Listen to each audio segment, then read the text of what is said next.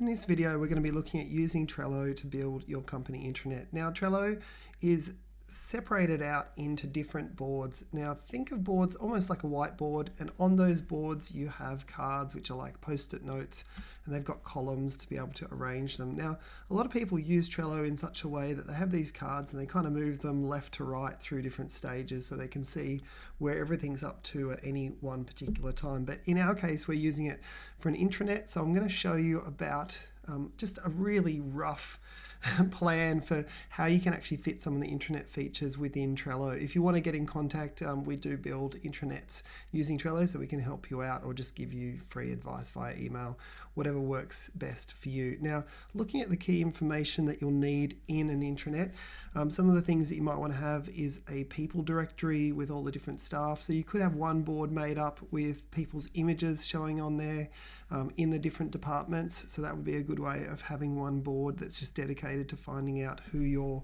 working alongside and their interests. You could also use it as a document library because it does use a feature called a power-up. And if I click up here, we've got power-ups.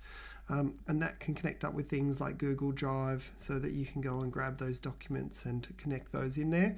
So that ticks the boxes for a document library, link library for putting things like meeting notes. Now, one thing to remember when using Trello is that you can end up with columns. So say this was company announcements or meeting notes. You can end up with columns that have, 100 cards in them, and it just for some people they don't mind and they just kind of keep adding them in.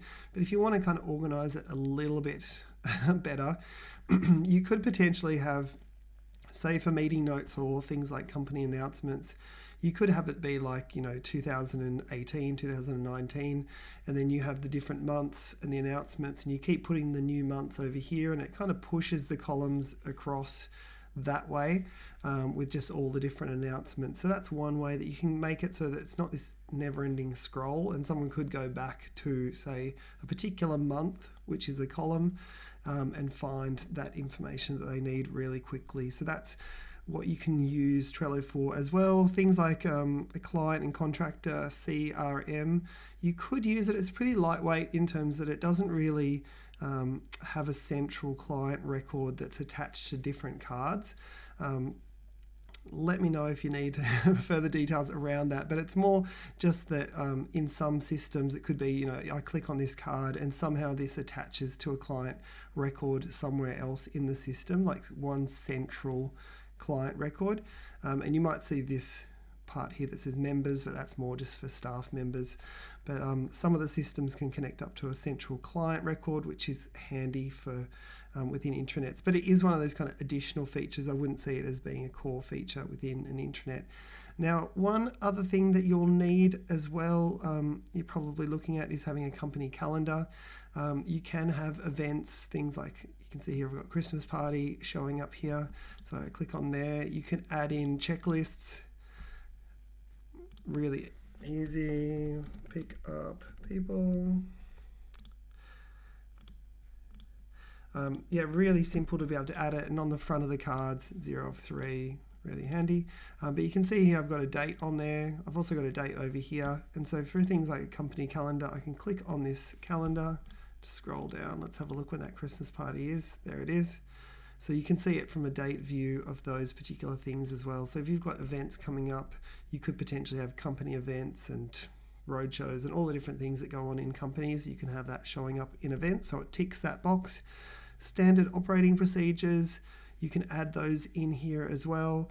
And you would generally come in, click on the back, add in description, add in an attachment, and that's probably the easiest way. And just look at the most, like when we're working with our clients, we'll just separate out the columns into the most logical format as well. So in terms of standard operating procedures, we often have the main one for the company, and then we also have a staff onboarding which can link across to training and to unlisted YouTube videos and everything that you'd need to get someone on board and feel like they've kind of met the staff through the in-person, but then also through the people directory, and then they've got the training, which is really handy as well.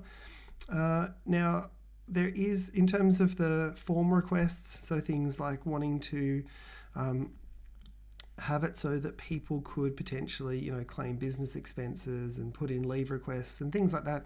There's no inbuilt form functionality within Trello, but what you could do as a workaround, we've done this for clients, is you set up some form software and then you have it come in.